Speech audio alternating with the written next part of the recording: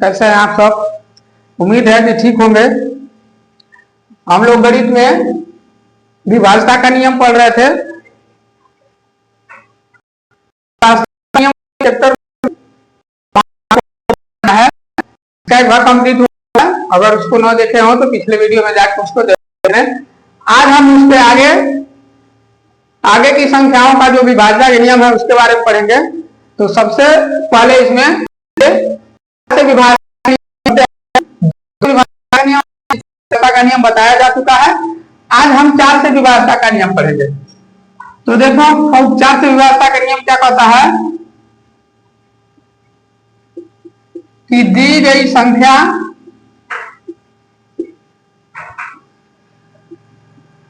के अंतिम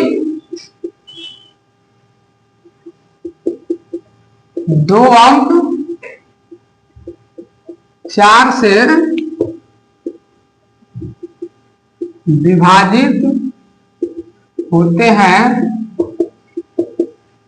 तो पूरी संख्या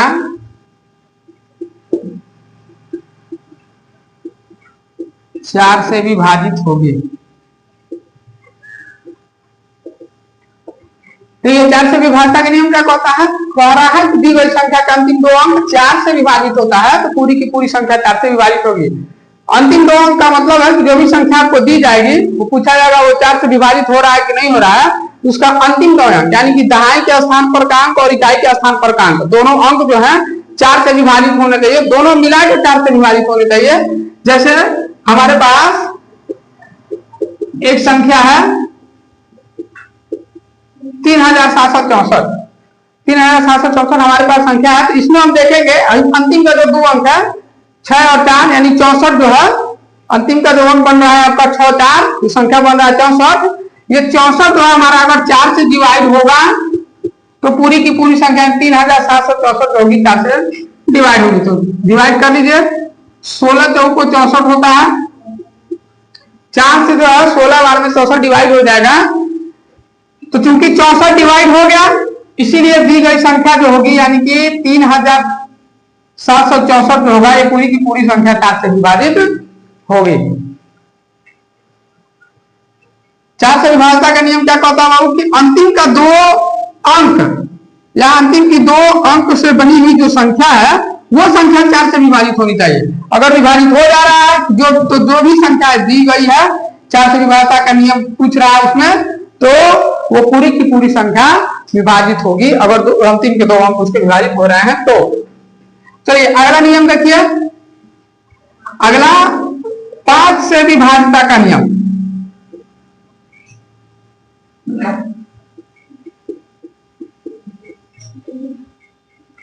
5 से विभाज्यता का नियम क्या कहता है कि अगर दी गई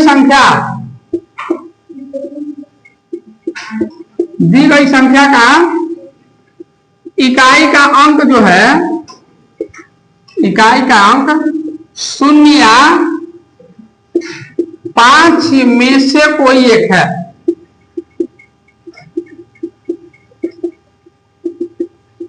है तो पूरी संख्या 5 से विभाजित होगी।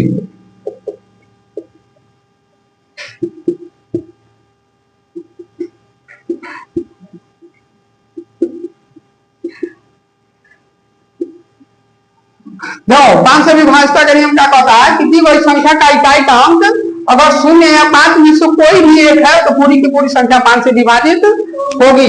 जैसे मान लीजिए हमारे पास दे दिया है 5005। इसमें इकाई का अंक क्या है 5 है तो इकाई का अंक 5 है इसीलिए ये 5005 जो है वो विभाजित होगा। मान लीजिए हमारे पास कोई संख्या दे दिया गया 20010 है तो इसमें इकाई का अंक जो है क्या है 0 है। अगर इकाई का अंक 0 आ गया है तो ये 20010 जो होगा वो 5 से विभाजित होगा। विभाज्यता का नियम बहुत जरूरी है क्योंकि इस पर बहुत सारे सवाल पूछे जाते हैं।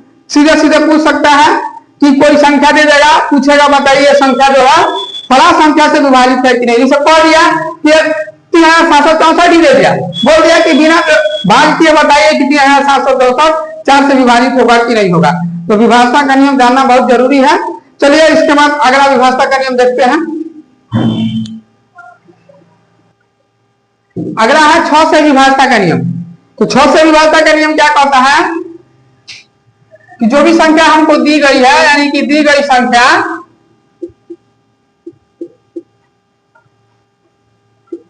दो और 3 दोनों से विभाजित होती है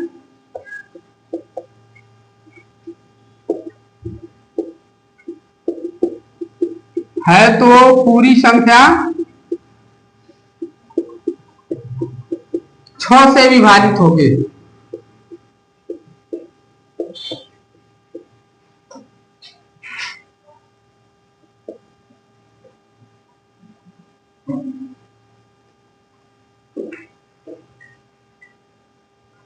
छह से विभाषा का नियम क्या कहता है कि दी गई संख्या 2 और 3 दोनों से विभाजित होता है तो वो पूरी की पूरी संख्या जो होगी 6 से विभाजित होगी। तो 6 से विभाषा का नियम अगर हमको चेक करना है तो क्या है कि जो भी संख्या हमको दी गई है और उसमें पूछ रहा है कि वो संख्या 6 से विभाजित होगी कि नहीं होगी, तो अगर वो संख्या 2 से विभाजित हो जा रही है और 3 से विभाजित हो रही है, दोनों संख्या विभाजित हो जा रही है, तो हम कहेंगे कि जो दी गई संख्या वो 6 से विभाजित होगी। जैसे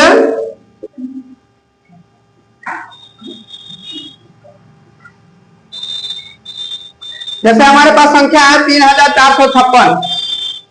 3456 हमारे पास संख्या है और इसको चेक करना है कि 6 से विभाजित होता है कि नहीं होता है। तो पहले चेक करेंगे कि ये जो संख्या दी गई है क्या 2 से विभाजित होती है। तो 2 से विभाजित होने के लिए 2 से विभाषा का नियम लगाएंगे। 2 से विभाषा का नियम क्या कहता है कि अगर किसी संख्या का इकाई का अंक 0, 2, 4, 6, 8 में से कोई भी एक है तो वो संख्या 2 से विभाजित होगी। तो यहाँ पर 6 है, इसका मतलब ये जो संख्या है ये 2 से विभाजित होगी। 3 से विभाषा का नियम क्या कहता है कि जो भी संख्या दी गई है उसके अंकों का योग जो है वो 3 से विभाजित होना चाहिए। तो अंक जो है हमारे पास 3 है, धन 4 है, धन 5 है, धन 6 हो गया और ये सब जोड़ने पर 3 से विभाजित होना चाहिए। जोड़ के देखिए 3, 4, 7, 7, 5, 12, 6, 18, 18/3 आ गया और 18 जो होता है 3 से विभाजित होता है 6 बार में। तो 3456 जो है 2 से विभाजित हुआ, ये 3 से भी विभाजित हो गया, इसीलिए ये पूरी की पूरी संख्या जो होगी वो 6 से भी विभाजित होगी। चूंकि 3456 2 से भी विभाजित हुआ, 3 से भी विभाजित हुआ, इसीलिए 3456 जो होगा 6 से भी विभाजित होगा। तो 6 से विभाषा का नियम यही कहता है कि दी गई संख्या जो है वो 2 से विभाजित होना चाहिए, 3 से विभाजित होना चाहिए। अगर दोनों से विभाजित हो रहा है तो 6 से भी विभाजित होगा। चलिए इसके बाद अगला देखते हैं 7 से विभाषा का नियम। देखिए 7 से विभाषा का नियम क्या कहता है कि जो संख्या हमको दी गई है, दी गई संख्या के इकाई के अंक का दोगुना करके शेष बची संख्या से घटाते हैं।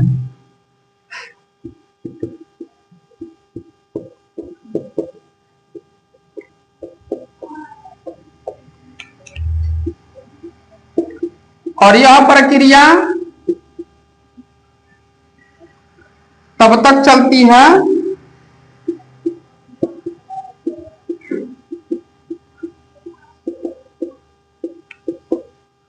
जब तक अंतर 0 या 7 से विभाजित न हो जाए।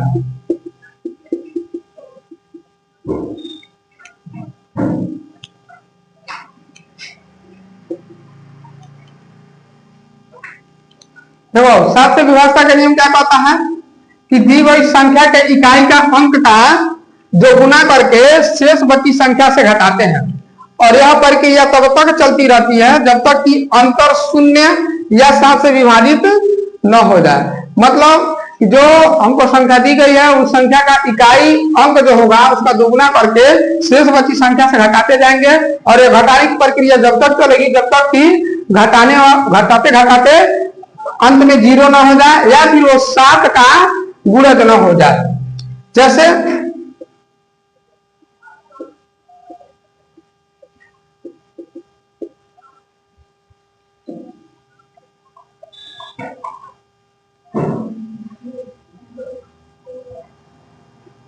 मान लीजिए हमारे पास एक संख्या है 763, इसको हमको चेक करना है ये 7 से विभाजित होगा कि नहीं होगा। तो क्या करेंगे, इसमें जो इकाई का अंक है जो 3 है, इकाई का अंक इसमें 3 है, 3 का हम दोगुना करेंगे। जैसे हमको 763 दिया हुआ है, इसमें 3 का दोगुना करेंगे तो 3 का दोगुना जो होगा वो 6 होगा। तो 6 क्या करेंगे, 76 में से 6 को घटाएंगे, क्योंकि 763 में 3 का दुगुना करेंगे, शेष बची संख्या 76 होगी और 76 में से 6 को घटाएंगे तो कितना आंसर आएगा, इसमें से 70 आएगा। अंत में देखिए 70 जो है इसके इकाई का अंक जो हो गया 0 हो गया, तो 0 का दोगुना करके फिर क्या करेंगे, इसमें से घटाएंगे। तो 0 का दोगुना करेंगे तो 0 ही होगा, नहीं 70 में से 0, सॉरी इसमें से क्या करेंगे, क्योंकि 70 था तो अब बचा है 0 हटा दिया तो 7 बचा, 7 में से 0 घटाएंगे तो 7 बचेगा। और 7 पता है कि 7 के पहाड़े में आता है, 7 7 का गुणज है, 7 एक 7, तो इसीलिए चूंकि ये अंत में क्या आ गया, 7 का गुणज आ गया, 7 के पहाड़े में आ गया, तो ये जो दी गई संख्या 763 होगी वो 7 से विभाजित होगी। तो 7 से विभाजता का नियम यही कहता है जो भी संख्या हमको दी गई है उस संख्या का इकाई का अंक का दुगुना करके शेष बची संख्या से तब तक घटाएंगे जब तक कि आंसर 0 ना आ जाए। अगला विभाजता का नियम देखते हैं।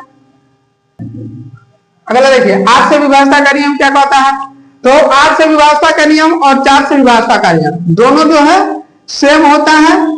जैसे क्या था कि 4 में दहाई और इकाई के स्थान का अंक जो है विभाजित हो रहा था 4 से, इसमें सैकड़ा दहाई और इकाई का अंक विभाजित होगा। क्या होगा, दी गई संख्या के सैकड़े दहाई और इकाई के स्थान की संख्या जो है आठ से विभाजित होती है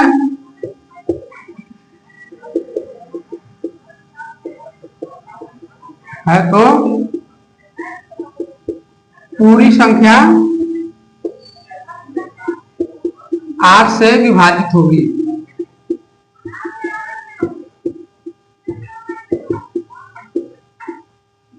देखिए 8 से विभाजता का नियम क्या कहता है, कह रहा है कि दी गई संख्या के सैकड़े दहाई और इकाई के स्थान की संख्या 8 से अगर विभाजित हो रही है तो पूरी की पूरी संख्या 8 से विभाजित होगी। जैसे हमारे पास एक संख्या आ गया 14,872। 14,872 में हम देखेंगे ये जो 872 है, क्योंकि सैकड़ा दहाई इकाई का अंक 872 है और इस संख्या बना रहा है 872। देखेंगे 872 जो है 8 से विभाजित हो रहा है कि नहीं हो रहा। तो 872 को क्या करेंगे, 8 से विभाजित करेंगे। देखेंगे कितनी बार में जा रहा है, 8 1 8 कट गया, 7 उतना नहीं कटेगा, 2 को भी उतार दिए, 8 9 72 हो गया। ठीक है, 109 बार में ये विभाजित हो जाएगा। तो 14,872 में 872 जो है 8 से विभाजित हो रहा है, इसीलिए 14,872 भी 8 से विभाजित होगा।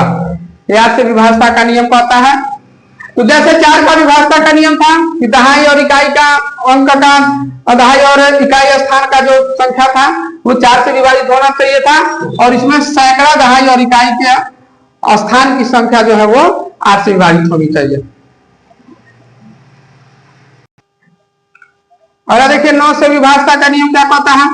तो जैसे 3 से विभाजता का नियम है वैसे 9 से विभाजता का नियम होता है कि जो संख्या हमको दी गई होती है, दी गई संख्या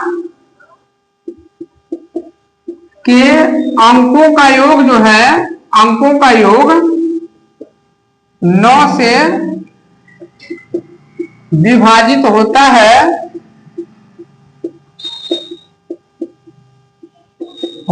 तो पूरी संख्या 9 से विभाजित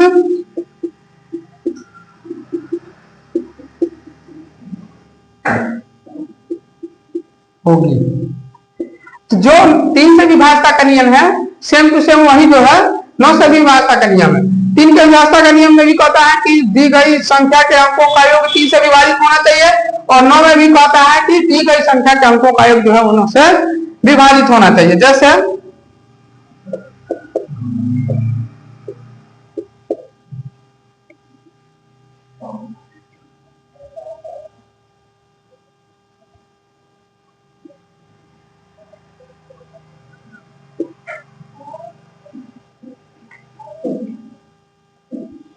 देखिए हमारे पास एक संख्या है 8767। हम देखेंगे ये 9 से विभाजित हो रहा है कि नहीं हो रहा है। तो क्या करेंगे, हम इसके अंकों का पहले योग करेंगे, यानी अंकों को जोड़ेंगे। 8 धन 7 धन 6 धन 7 और फिर 9 से भाग कर देंगे।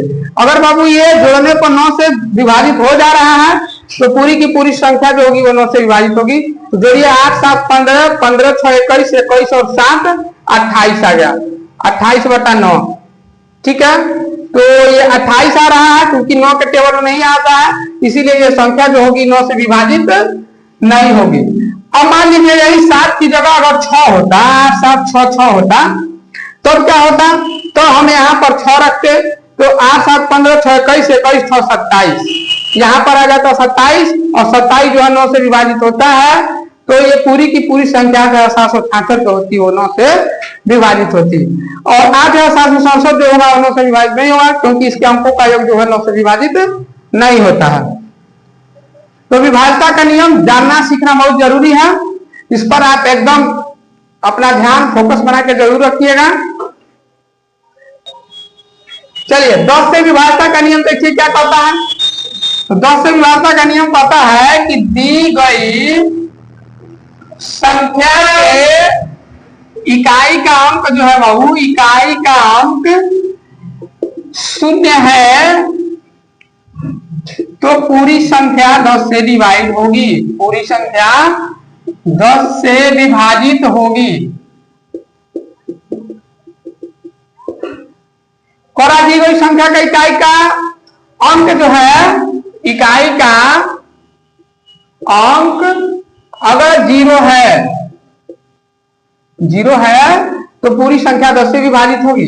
जैसे बहुत सारी संख्या है, बस उसके अंक में 0 होना चाहिए। जैसे 10 है, 1000 है, 90 है, कुछ भी हो जाएगा, बस इकाई का अंक जो है उसका 0 हो। अगर इकाई का अंक 0 है तो दी गई संख्या जो होगी वो 10 से विभाजित होगी। अगला नियम है 11 से विभाज्यता का नियम।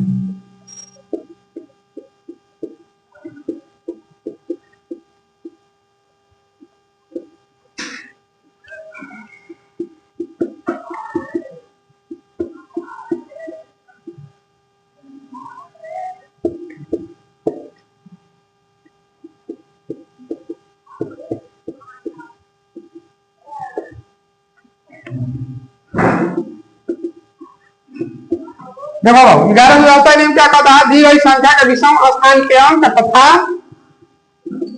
सम स्थान के अंक को जोड़कर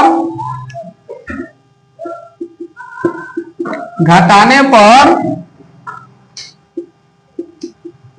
अगर 0 प्राप्त हो या फिर 11 से विभाजित हो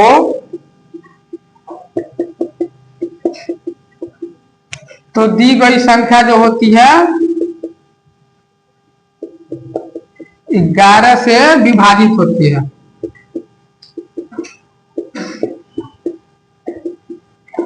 तो 11 से व्यवस्था का नियम क्या कहता है कि दी गई संख्या के विषम स्थान के अंक तथा सम स्थान के अंक को जोड़कर घटाने पर, यानी विषम स्थान के अंकों का योग करेंगे, फिर सम स्थान पर जो अंक है उनका योग करेंगे और उनको फिर क्या करेंगे, उनका अंतर निकालेंगे, घटाएंगे। तो अंतर हमेशा बड़ी संख्या से छोटी संख्या घटा कर निकाला जाता है।